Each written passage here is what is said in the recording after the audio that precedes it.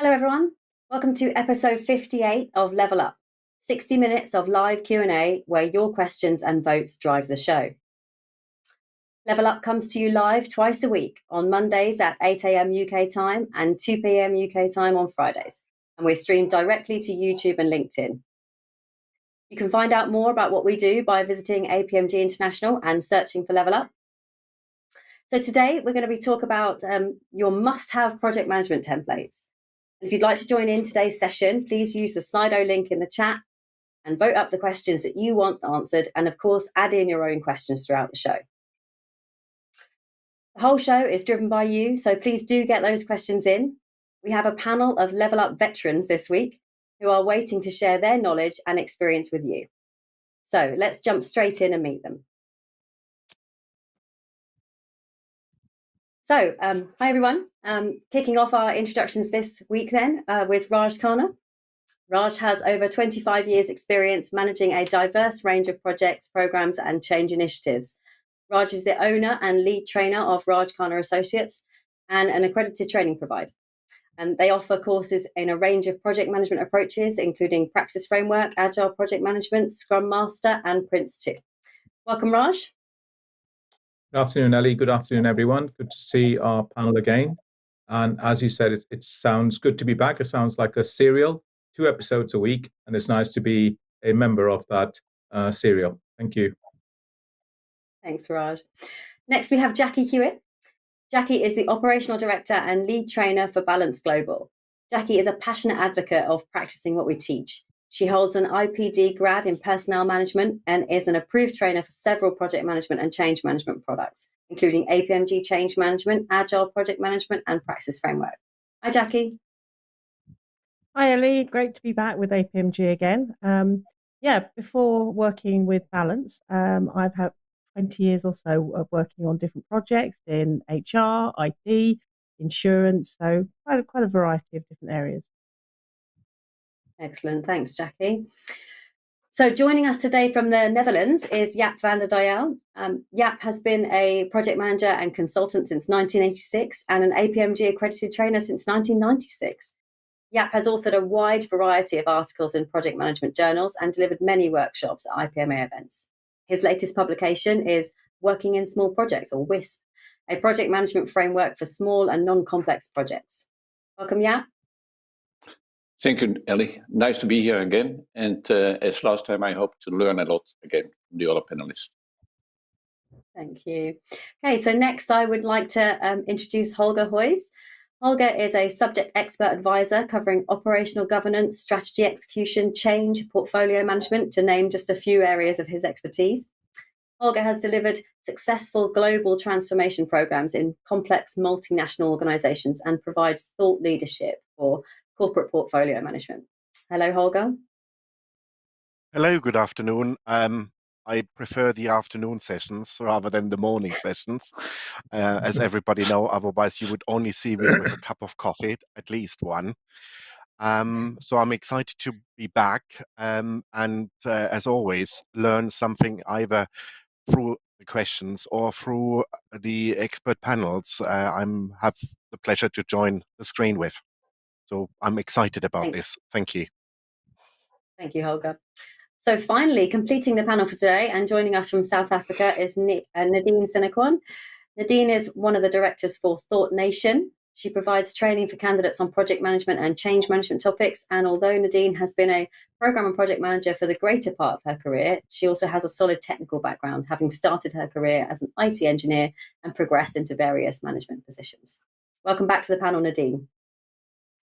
Thank you, Ellie. It's great to be back again, and I hope to be of some use and provide some useful information to anybody who's listening. Thank you very much. Okay, so a big thank you to all of our panelists for joining us today. Now, if you're watching today's show and feel like you'd like to have a go at answering questions on your specialist subject, you can volunteer in the chat and we'll be in touch to welcome you to a future panel. Our question master for today is Charlotte Miller. Hi, Charlotte. Hi. Hi. Can we have our first question for the panel, please? You certainly can, Ellie. So the first question for today's panel is, Are all the project management templates free to use? And who is generally responsible for updating them? Okay, interesting question to get us started. Oh, wow. Hands up from across the panel. Great. So we'll start with Jackie, and then we'll go to Nadine and then to Jaap, please. Yeah, there are some free to use templates. You can find them on the web quite a lot. We've got some on our website, Balance Global, but there's also many on the Praxis Framework website. And in terms of who's responsible for updating them, it depends where you're getting them from. If they're part of templates within your organization, hopefully there's like a best practice body who would update those, or certainly specialists in that arena. Thanks, Jackie. Your thoughts, Nadine? Yes, just building on what Jackie had to say, there are some free templates online. I also have built my own. You can take templates on it from the web and obviously just configure them for your own need. Who's generally responsible for updating them? So it depends on, again, what the template is. I would rather say who's accountable for ensuring that they're getting updated, and that would be your project manager. Yeah, that's an important one, isn't it? Who in your organization is responsible for that? Yeah, your thoughts, please. Yes, I think Nadine and Jackie already said most of what I wanted to say. But what I would like to add is that for those publications which are also supported by APMG with the qualification schemes they offer, it is most of the time the scheme owner, the one who published the books, who have to update the templates. Yeah, for sure. And of course, a lot of the templates that you will see provided by APMG as part of the product schemes, they have copyright associated with them, which, tells them who they belong to. Raj, you had some thoughts on this one? Yeah, I think the main thing is whatever template you download, and our panel have said where they come from. Praxis, of course, is a great place now to find everything on there. It's important, whatever you download must, in my opinion, be aligned to the organizational standards. So we cannot be just taking anything from the website and saying it's going to work. So we have to align them. Therefore, who is responsible for updating it? I believe very strongly that every organization should have an equivalent of a portfolio management office. What we can't expect to do in an organization is to see 7 different versions of a risk register. There can only ever should be one. And so we all within the organization follow the same template, the same registers, and then with part of continual professional learning or whatever you're going to do, those templates are then updated. But there has to be somebody. It cannot, for me, be individual project managers. It has to be global within the organization who updates them. Yeah, that's really good feedback. Thanks, Raj. Okay, let's have our next question, please. Thank you, Charlotte. So, Ellie, we've had a live question come in from Jan von Bon.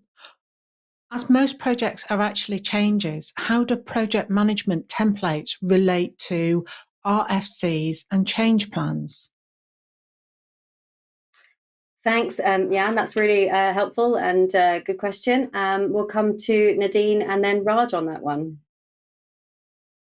Okay, so by RFCs, I'm assuming you mean your request for change, and that would generally be your system change requirements.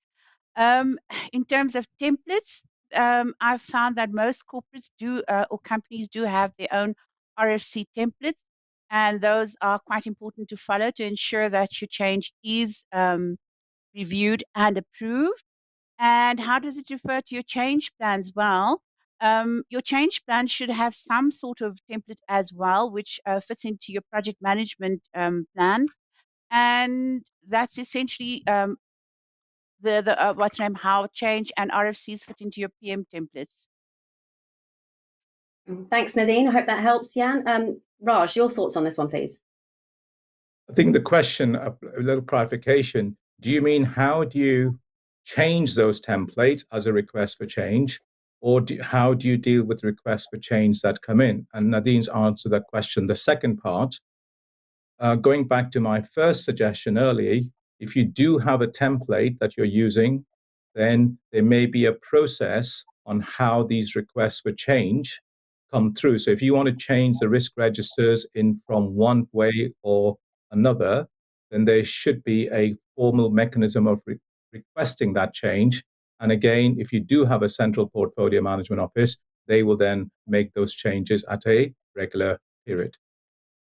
Yeah, and I think that's really important, isn't it, Raj? That a lot of this will differ throughout organisations. You might have templates that your company have particularly decided to use, and for sure lots of places will have a process for how they are updated and who the owner of the document actually is and who's responsible for updating them. So that's definitely worth checking internally what the processes are. Okay, thanks for that question, Jan. Can we have our next question, please, Charlotte? You can, Ellie. We've got another question from Lisa Flock. How can I convince my organisation to use standardised templates at all? Yeah, great question, Lisa. Thanks very much. Okay, Jackie, your thoughts on this one, then Nadine, and then Jaap, and then Holger, please. Oh, everybody on the panel wants to answer this one.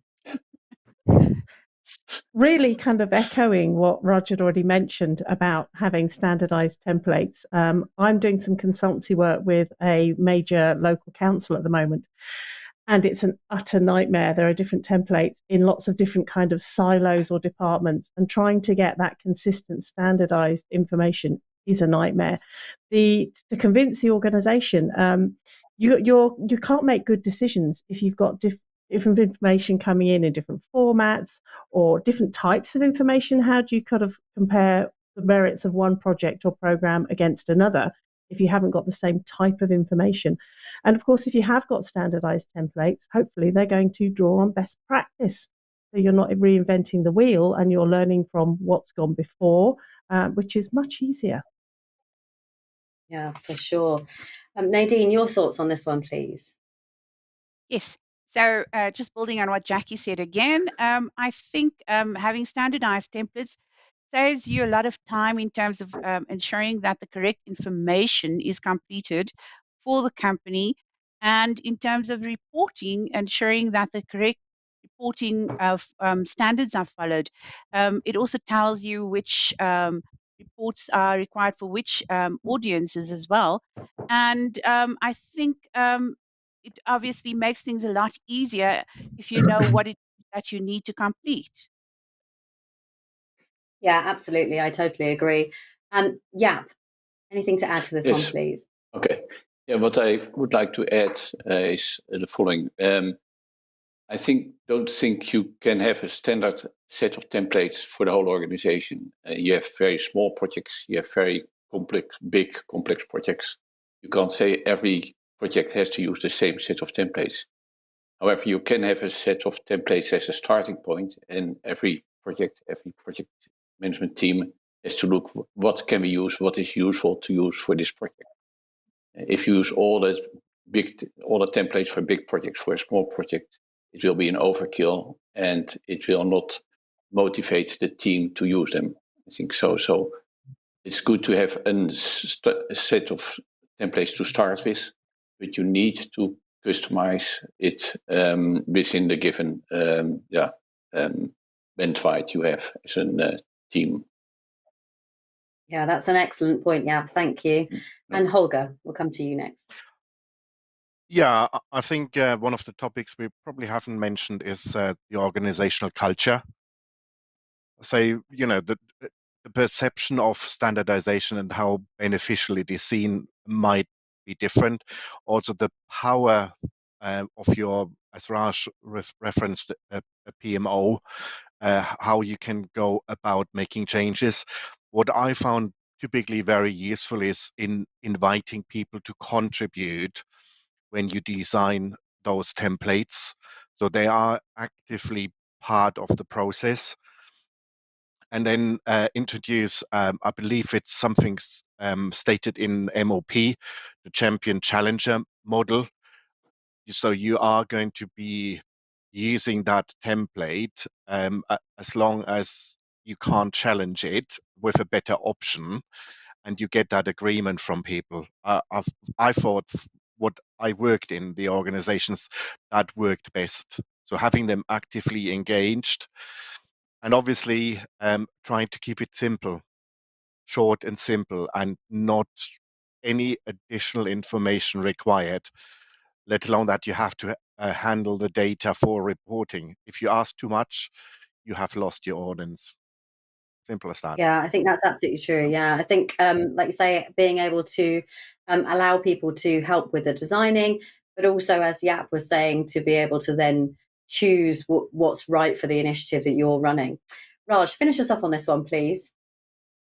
It's great listening to all the panelists' advice. I go back to the original question: how do I convince? Now, one of the things, I mean, like Jackie, I worked with a number of organizations developing their corporate approach. But one of the major things, I use an example: an organization has a complaints procedure, they have an annual leave procedure, and they have a single form. Today, the National Health Service in the UK has a single application form. And therefore, why is it that we believe for project program management, we don't want to have the same kind of discipline in the organization? If you have a single application form, it's very easy for organizations to say, I want to see somebody's previous experience. They go to section 7, they can find it. But if I have different people using different documentation, as Jackie said, how do I know I'm looking at the rating of this risk? Where do I look for? So we do it for everything else. And it comes back to what Jaap was saying, is addressing the culture. And I think Holger also mentioned the culture is we need to convince people that project management is also a profession. And we need to treat that as a profession rather than just a has-been, bring some people in, do something and go away. I'm afraid we have to change that culture. We have to change the attitude and the behaviors. Yeah, some great feedback there. I think probably just to add, so many of the decisions that we make as organizations now are based on data, and standardized templates allow us to, organize data and to be able to, ensure that what we're doing going forward is the best way to go. Thanks very much. Charlotte, what's your next question for us, please? Thanks, Ellie. We've got a question from Amy in Melbourne. In your practical experience, how useful are templates? Okay, great question, Amy. So how useful are templates really? Okay, panel. So we'll go Raj and then Holger and then Jackie, please. Amy, a good question. My answer, as you've hopefully been hearing from my view, it's absolutely essential that we do have them, because I would suggest that we use templates as a guidance and not as a hindrance. So when you're asked to do something, and if you look at allocating work to somebody, you look at booking a holiday, whatever you're doing, if you've got a template, you can actually go down and see what you need to do. So you don't forget. What is essential, what Jaap said, is as an organization, we have to decide which of these templates are essential, which ones are should have, and which of those are could have. And if you do that collaboratively, working with people on a continuous improvement, then I believe it will help you serve what is right for the right job at the right time. But summary, absolutely essential in my opinion, is getting the right one. That's what's the key thing. Yeah, thanks, Raj. Holger. I probably want to bring something new in we haven't even touched upon. It's the word assurance. So for me, templates are part of your assurance system. And what is the assurance system designed to do? Making sure your senior executives understand that you will be delivering successfully. So templates for me are just one cog in that big system that's there. That's the PMO, the project manager, each individual that's contributing to that. And the templates have their play in that big system. So anything you can do to simplify and help people who are, for example, very good and experienced project managers and start new in your company, using templates will help them to be more successful in your organization because it standardizes the information across the piece. So for me, it's that big level of making sure the senior management believes that you are doing the right thing at the right time. Yeah, thanks, Holger. That's really good point. And Jackie, your thoughts on this one, please. Yeah, excellent points by Holger, and you've stolen my thunder a bit. But I would say also templates are a great sort of aide-memoire and a start point. It's quite easy when you've done this stuff for a while to, assume or forget that you haven't necessarily included everything. So it assures a minimum set, if you like, of information in your documents. And then there's nothing wrong with adding to that for your specific circumstance. But it's a really good sort of almost like a tick list so that you don't forget things. Yeah, super helpful. I think, Jaap, you might have had some thoughts on this one as well. Yes, I think most is already said. I think templates are also very important for those who start, who are pretty new in projects, to be sure that you address all the key areas you need to know at a certain point. The templates are part of the whole communication within the team, but also with all the stakeholders. So it is to be sure that you are doing the right things in the right order, and et cetera, et cetera. So I think templates are tremendous important for a good communication. And it helps. It is a kind of memory. If you are young, you need something for guidance. If you are getting older, you need something if you're forgetting things. So it's good for the communication in a team. Yeah, thanks, Jaap. And just before we move on to our next question, then, just a question for our live audience. What are the templates that you use every day? So if you're watching us live, post in the chat and let us know what are the templates that are essential to you and your organization, and how often do you really use them? Okay, Charlotte, next question, please. Thanks, Ellie. We have another live question come in. It's a question from Jan Bonbon, and he asks, is there any information available about the underlying principles of popular PM templates? Okay, thank you, Jan. Okay, so our panel, can we help Jan out with this question? Is there any information available about the underlying principles of popular PM techniques? So Raj, we'll come to you first on this one. There isn't anything specifically written down that I have seen. Certainly if you go to the Praxis Framework website and go to the area with blogs, etc., then certainly you will hear some of the thought panels, the thought leaders talking about some of the areas. I hope what we've been able to do this afternoon so far is to explain the reasons why the templates are important. And if we see that as some of the facts that some of the panel have spoken as your guiding principles, one of the key principles for me, just what Jaap said, is having something that acts as an aid memoir. Jackie mentioned something about using an approach that is consistent across the organization. So these, I would say, are important.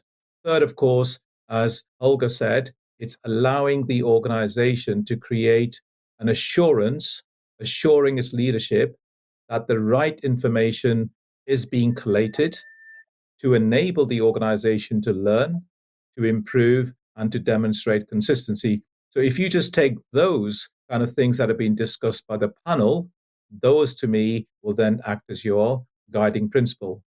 And the final thing I like to add to it is about tailoring.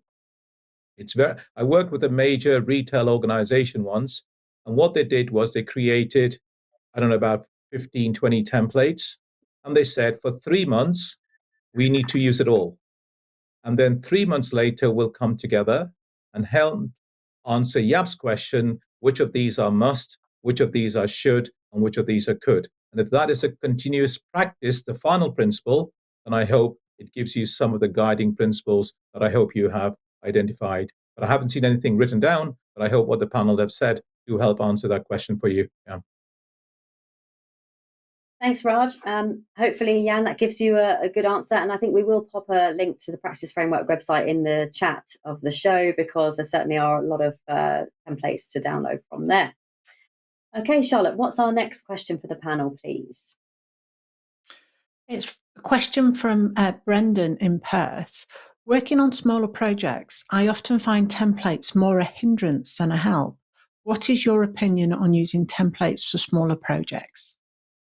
Okay, excellent question there. So we'll go for Jackie and then Nadine as our answers to this one. I think some of the panel have already said that templates are, well, I've said it as well myself, are a good aid memoir. They're a good start point. But equally, on a small project, you don't want to get bogged down on too much bureaucracy. So the thing is, yes, to identify your key minimum subset or your must-have templates and really focus on those. And it's fine to maybe leave some headings out if you've got a template and they don't apply to a small project. At least if it's there in a template, you've thought about it and you've actively made the decision not to fill in, or it's not necessary to fill in that bit for your particular project. But it's be pragmatic, really. Yeah, super helpful. Thank you. Nadine. So one of the things we did at one of the companies I worked for was we had a set of templates for complex projects and we had a set of templates for smaller projects. And each of those sets of templates, and especially on the smaller projects, had a minimum set of information that had to be completed and also a minimum set of templates that had to be completed. So that definitely made things a lot easier and it wasn't a hindrance on smaller projects then. Yeah, like almost like the information that you must have with the asterisks next to them. Yeah, I'm sure you've got some thoughts on templates for small projects. Yes, for sure. Yes, as other colleagues said before, I agree with what they said. But what I like it within this, we have identified a small set of templates. Which we said this is the minimum we think you need when piloting the framework in small organizations and larger organizations with small projects. We even discovered that the minimum set of templates was sometimes too much for the team to discuss. So we developed a project board and say, okay, this is what you can discuss starting up your project. And it really helps. So I don't know what the minimum is you need, but we have set a standard for that. But I'm not sure if it can be simplified. I think what's key for the users of the templates is that they understand why they use the templates and if they understand what needs to be filled in. So the wordings is also how you describe the templates, the paragraphs need to be understood. I've seen a lot of organizations struggling with the term issue or escalating. They are not used to it. Yeah. So why should we use it in a template? So it is a real, how do you say it, a journey to discover what do we need to make templates acceptable by the users and by the team. Yeah, and it's absolutely. Not ended yet. Yeah, it's a point that Holger made earlier, wasn't it? That things are less of a hindrance if people have bought into the designing of them in the first place, so they're much happier to complete them. Raj, finish us off on this one, please. I think it's quite an interesting question. What do you class as a small project? Now, we use a concept of a workbook, and somebody said, "Oh, there are too many sheets in here." So my question is, which of these do you think you can leave out if it's a small project? Do you need to look at lessons? Would you want to record them? Would you want to consider stakeholders? Do you want to leave them out? Do you want to think about benefits? And when you go through that series of questions, people say, actually, you know what? I can't leave any of these out. So even if it's a small project, what drives the project? It's benefits. So, for me, you need to do that. We've had discussions today creating these templates. As Holger said, you need, stakeholder, you need to get people involved. So even if you are delivering something small, would you consider stakeholders? So they are the challenging questions I leave to you, Brendan, to ask yourself. Which of those areas of a good project do you want to leave out? Do you want to consider risks? Do you want to consider issues? Do you want to have a delivery plan? A lot of this will come from your own experience as you use them. So if you start with everything and then drop, it's a lot better than simply saying, this is too much, I can't do it. So I do believe we should learn and decide corporately what is right and what is not. Thank you, Raj. I think Holger, you wanted to add something to this one? Yeah, I want to come back to one of the earlier comments I made about assurance. So all the questions Raj just asked would be asked by a friendly person in an assurance environment, and you then jointly agree with someone who has done something similar before what is actually required and necessary. So you might go through that exactly as Raj mentioned, but only at high level and only at the beginning of a project, because it's small in duration, for example, and you only do it once. It's a bigger size and you decide to do it multiple times. Or it's very complex and short of duration, but still with a lot of end users. So you speak more with the end users than with your sponsor. It all comes down to being very, in my eyes, very pragmatic and orientated towards who you're working for and who will be getting the outcome, and making sure those people are actually on board. And for me, that's what the flexibility is. But if in doubt, ask a friend, and they will put you on the right path together. Thanks very much. It was great answers, panel. Okay, Charlotte, we'll move on to our next question, please. Thanks, Ellie. We've had a live question come in.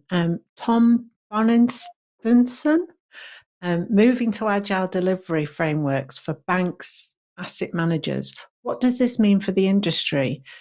Is there a place for waterfall, hybrid, and agile to all exist? Great question. Thanks, Tom. We love a question about waterfall versus agile. The panel get very hands-uppy when that seems to come up. Okay, so we'll go Holger, Jaap, Nadine, and then Jackie on this one, please. Yeah, this question reminds me of one of my very first implementations of processes and tooling for an investment bank.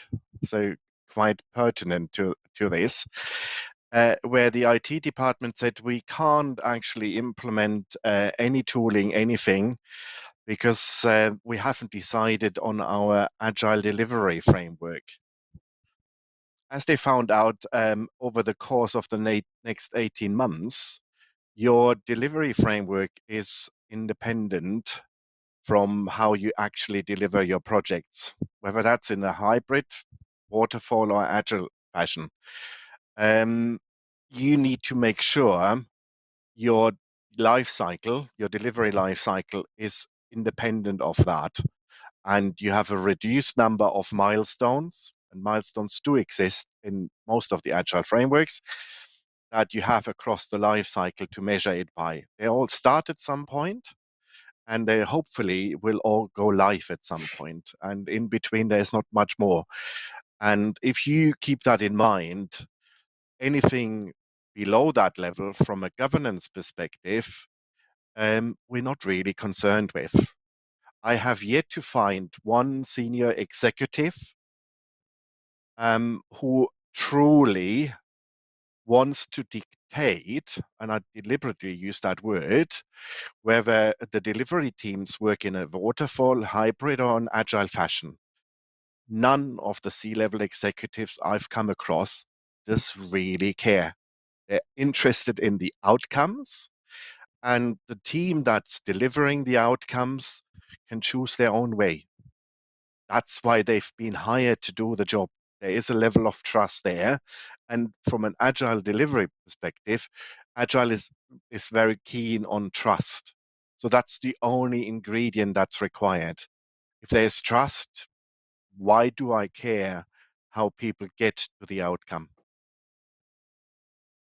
Yeah, thank you, Holger. That makes a whole lot of sense. Jaap, your thoughts on this one, please.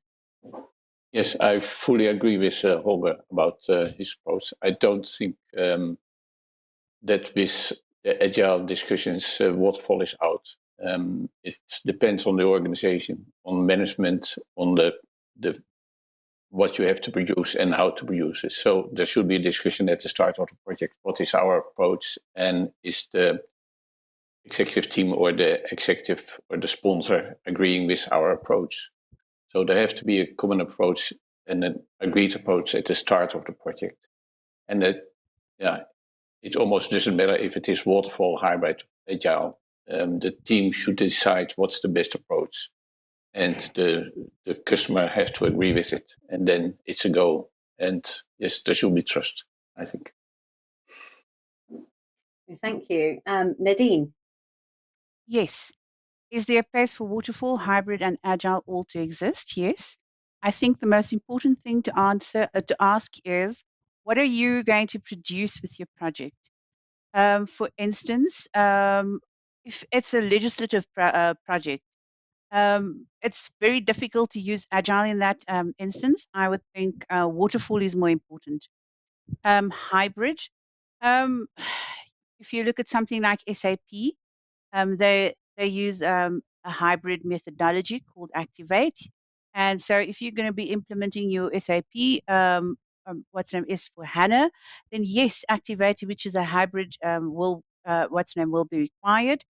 And as one person once asked, is there a place for Agile? Yes, there is. So when you're doing a hardware and software implementation at the same time, I think something like a hybrid where you use what he termed as Agile. Yes, you would need waterfall and agile there.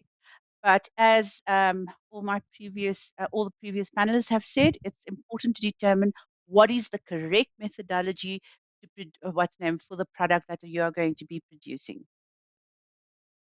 Thanks, Nadine. I've never heard Agile before, but that's a new one for me. We'll hear now from Jackie and then on to Holger, please. I have heard the term Agile before, and I was actually going to build on that. Of course, we know Agile isn't suitable for every project, but it can actually be suitable for bits of a project. So certain phases, you could even use Agile to sort of flush out your initial requirements. And once you've got those sort of fixed, you could iterate to find your requirements and then go into more of a waterfall approach later on down the line. And I think also this question doesn't just apply to banks and asset management. It's, any industry, to be honest. And it's just about being clear on, have you got flexibility of requirements or not? And that's what that's going to be really boiled down to. Yeah, thanks, Jackie. So Holger, can you finish us off on this one? Just a couple of thoughts on that. I've written a blog about the mystery of the waterfall methodology. It doesn't exist. And I can only reference Adrian Dooley, the man behind the practice framework, who says there's a continuum from waterfall to agile. And both of them are extremes and they don't exist. And your delivery approach will be somewhere on that continuum. And you make sure, as call it Scrum Master, if you can't have a project manager anymore because you believe you shouldn't have projects, or your project manager, together with the team, decide, or delivery manager, if you need another title, decide what the right approach is. It doesn't exist. Waterfall doesn't exist, and Agile doesn't exist either. Because if I look at State of the Agile, for example, survey, there are 16 techniques listed. How many of those do I have to fulfill to say I am agile? If I do daily stand-ups, is that agile enough? Or do I do agile stand-ups and have periodic reviews? So, we haven't got that definition, and, it's actually a rather good thing that we don't have it. You need to make sure you do what is required. Yeah, exactly. And, there's not always a need to put everything in a box, as you say. Raj, very briefly, I know you wanted to chime in on this one before we move on. Just very quickly, first of all, congratulate Tom for sneaking in a question about Agile and Waterfall when we're talking about templates. So well done. And Charlotte for allowing that. My simple thing really is, I think panel have given lots of good things about this. For me, think about Agile, not as Agile. Somebody said to me a few years ago, think about incremental delivery. That's what it is. And really, when you're in the foundation part, and you understand the project or program better, you ask yourself a simple question. Is there any reason why the incremental approach is not going to work? Because that seems the right way to get things quickly and get people to start using it. So if you went to a restaurant where you've been to that restaurant before and you understand what the menu is, you will order your starter, main, and desserts. If you've never been to the restaurant before, it is innovative, then you will only order the starter. Taste it, eat it, and then order the main, and do it incrementally.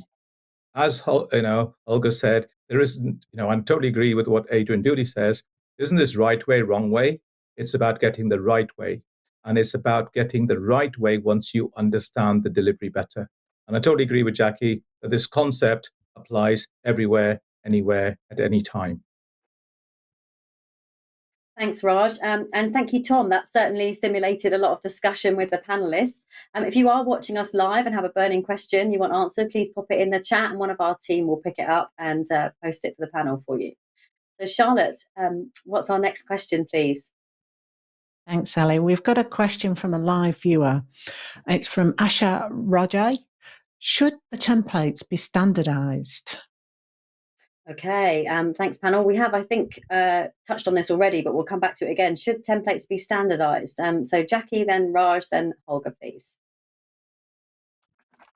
I'm going to say yes and no, which possibly isn't very helpful. Yes, we need that minimum sort of set of information, and back to the assurance point of view, to make sure we've got enough of the right stuff. But this also echoes to the earlier point about your size of the project, having maybe different standard templates for a small project and then others for a larger project. So yes and no, I'm afraid. Yeah, that is one of those answers of the day, isn't it? It depends. So Raj, your thoughts on this one? Well, in my case, it doesn't depend, Ellie, at all. For me, it is an answer. It's a yes, yes, and a yes.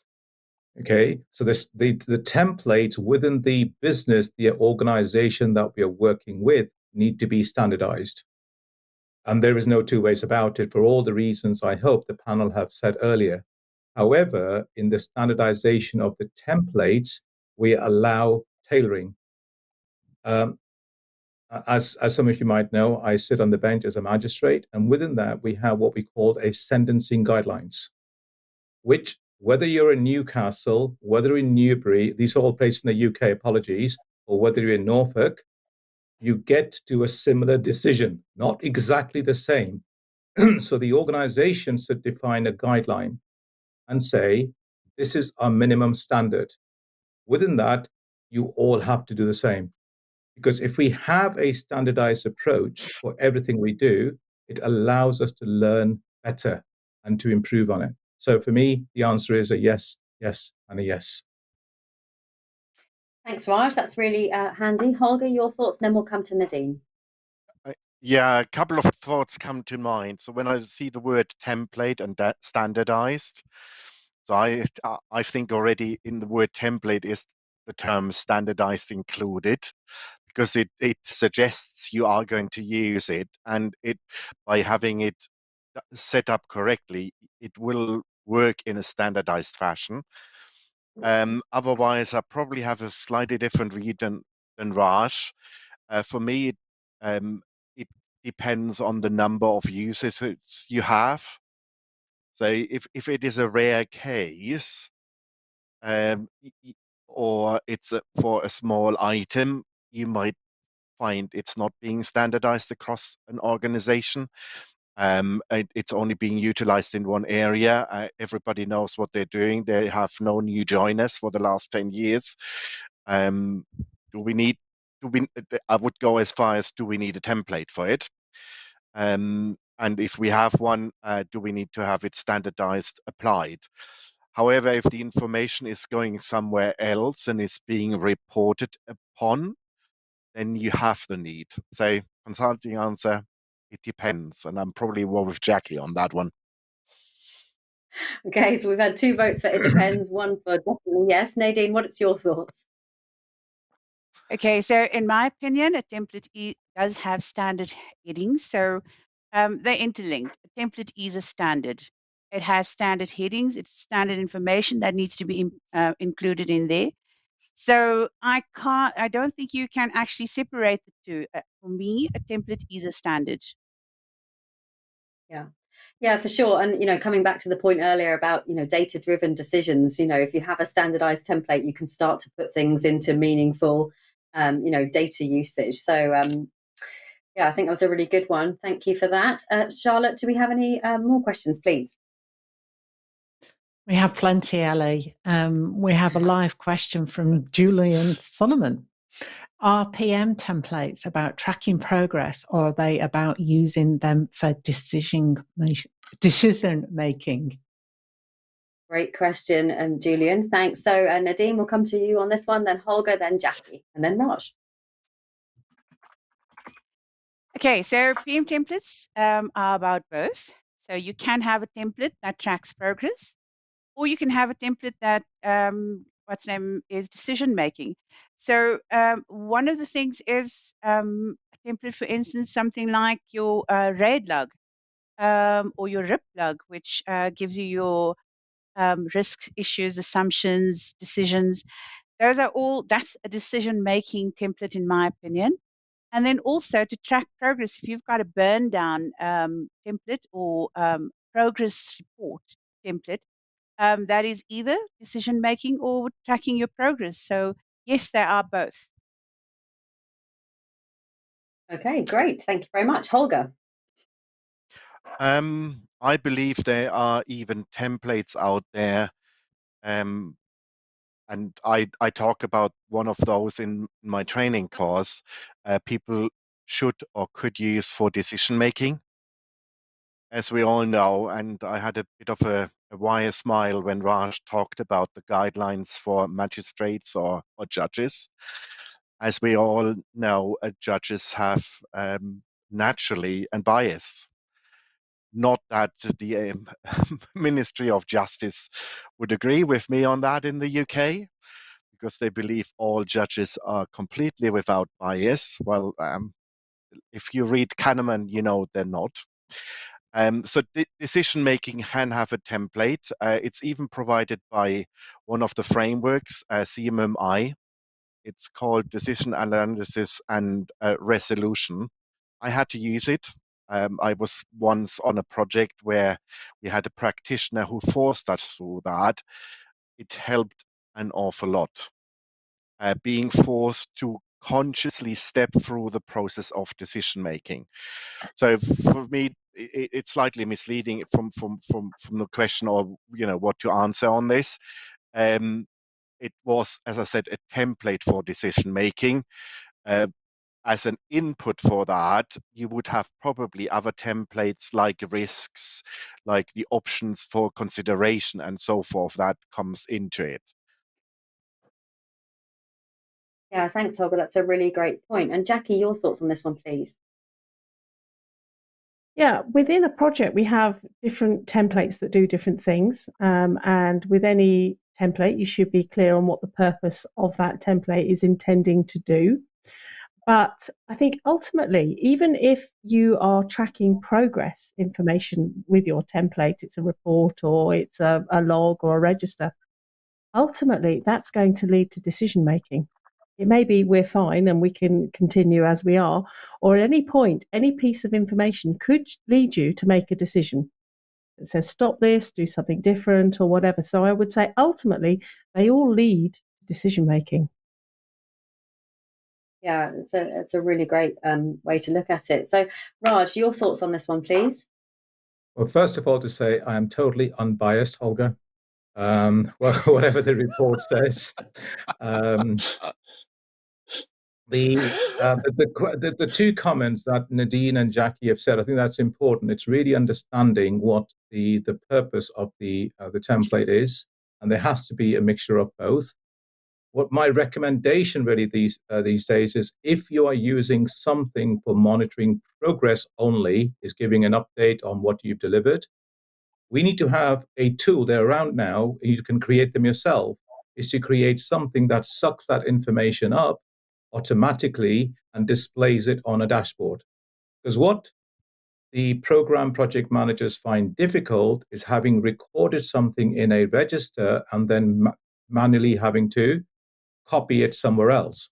So if we can have these dashboards that can actually display the information automatically, then that will be very easy. And we go to the concepts of full communication, and people can look at that at any time, and that will make it easier.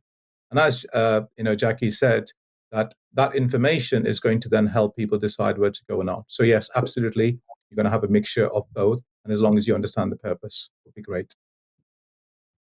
Yeah, for sure. Thanks, Raj. And if anybody has any recommendations for those dashboards, please post them in the chat. I'm sure people will find that useful. Okay, I think we've got time for one more question before we go to closing remarks. So Charlotte, can we have our next question, please?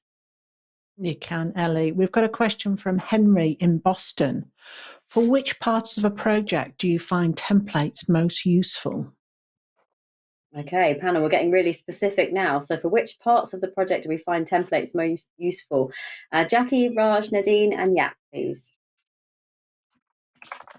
As we've just mentioned, that you have a number of different templates, and different templates are used at different parts of the project. You definitely need to have a lot of templates at the start of the project to get your project off in the right way.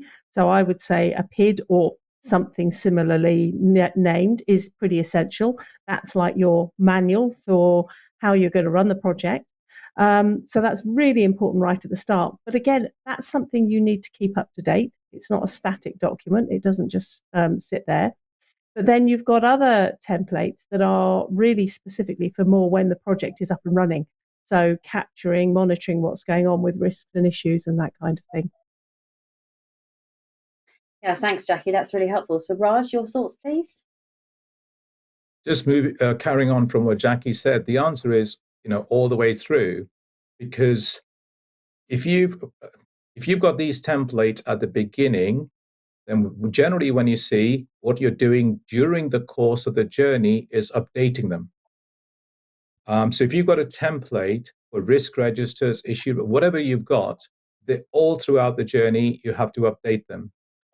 Because when I've done a role as a high-risk gateway reviewer, you find people created these right at the very beginning, and you go and review their change initiative 3 months later, and they've never been updated. Well, you might as well get rid of those templates. You might as well get rid of that, because that isn't going to work. It has to be all the way through. The only additional templates you might need at the end or during is any form of reports. And if you get what I mentioned earlier is have these dashboards that can suck up the data automatically, then actually you don't need to create a report. So it should be used all the way through and constantly being updated. Okay, thanks, Raj. Nadine. I think all has been said already. There are different templates at different parts of your project that are useful. And some of the templates you need to start at the beginning of your project and update them continuously throughout your project. So, for instance, your risk and issue log, those are things that you start at the beginning of your project and you use them throughout your project. I think everything has been said already, yes. Lovely. Okay, thanks. Jaap, your thoughts on this one? Yes, I think most have been said already. I'm repeating what previous colleagues did state. You have certain templates which you need at the start of project. You need to understand why you start a project, what you want to achieve, what are the objectives. So you need some templates you need at the start to be sure that you are starting a project in the right way and delivering what the customer is asking. Yeah. And of course, during your project, you have your reporting and et cetera, and your logs or registers. And one of the things which is also important at the end, which was not mentioned, is that you evaluate the project. So at least at the end, you start evaluating your project, and that is also very useful. Yeah, you can put in a template, but at least evaluate your project, learn from it, and if needed, send in a request for change for the templates to make life easier. Yeah, Yeah, I think that's a great place to finish on the questions. So good templates get you started in the right way, and then keeping your templates up to date throughout the projects keeps you on track. So I'd like to thank everybody for their excellent questions today. It's been really great to see so many live questions coming in from our viewers. And I'd like to ask the panel now for their closing remarks. So Jackie, we'll start with you. What are your thoughts for today? Yeah, I think there's been some really good questions, and just to echo what you say, it's lovely to see some live questions coming through, and hopefully we've given some practical hints and tips on how to apply and use your templates. Yeah, I'm sure we have. Raj, your thoughts to leave our audience with, please. Well, again, thank you very much for all the questions, and I hope with the answers the panel have given have added value to your learning journey and the application of what we're talking about. And it's also great to work with a panel that can actually flick between what was expected of them to be able to, and as you saw, all hands went up as soon as the question changed. That just sort of echoes the effort APMG do to put the right panel on board for the right situations. So thank you all very much. Yeah, thanks, Raj. You have all been fabulous today. Nadine, your closing thoughts, please. Yes, I think there were some really great insights, some really good questions as well. And I hope that we've made a difference to to some of the people that have asked questions. Yeah, thank you. It's definitely one that seems like we could have talked for a lot longer about this. Holger, your thoughts on the day, please. Yeah, probably echo some of the comments made already. I didn't think one can talk for an hour about templates in the first place. We've proven that wrong. That it was also probably the panel where we got most live questions. So it seems to be of very, very big interest to our audience, which is obviously why we're having those sessions. So quite important. And as always, you take something away, even if you think you have 25, 30 years of experience. Not sure whether Jaap gets that. He has mentioned even more years. But you can always take something away from it. I did. So I thank my fellow panelists and those who asked the questions. One part I was missing a little bit, which was a big surprise. We only had one question on Agile. Yeah, maybe next show, Holger. Thanks for your It's thoughts on today. not getting the relationship between templates and Agile. I would have expected more to come. But for me, it's actually a good thing. Yeah, perhaps that's a topic for another show. Yeah, your closing thoughts on today's show, please. Okay. Yes. Okay. Thank you. I liked the session of today again. Hear the answers from the colleagues and how they answered. It's always great to see how it works. I think 1 hour is too short to talk about templates. I think we already talked for 40 years about templates, and even more than 40 years. And we will keep talking about templates and what the best templates are to use for our projects. If it is agile or waterfall or something in between. So the good thing is that, let's say good, is that at least I think everybody is convinced that you need something, a standardization at least within a team to communicate. You can call it a template. It can be written and it can be verbal. It can be so that is up to the team and the customer to decide how to communicate. But it was great, and looking forward to the next panel session for which I'm invited. So enjoy your day. Thank you. So I'll just welcome back Charlotte. For your thoughts on today's show, please. My thoughts are a big thank you to everybody, whether it's people submitting questions or for our panelists being so agile in answering the varied amount of questions that we've had on templates. The agility of the panel has just been amazing. So thank you. Can't be a show without you. Thanks very much, everybody. Great job on today's panel. So I'm sure, like me, you've been inspired by our panel today. And if you are getting value from our content, please do leave a comment and help spread the word by liking and sharing the video. Level Up will be back with another 2 shows next week. On Monday at 8 a.m. UK time, we'll be looking at how to protect against cybercrime. And on Friday at 2 p.m, we'll be answering your questions on how to become a project manager. You can, of course, view all past Level Up sessions on our YouTube channel, so head on over there and subscribe to the show. Thanks so much for joining us today. Bye, everyone.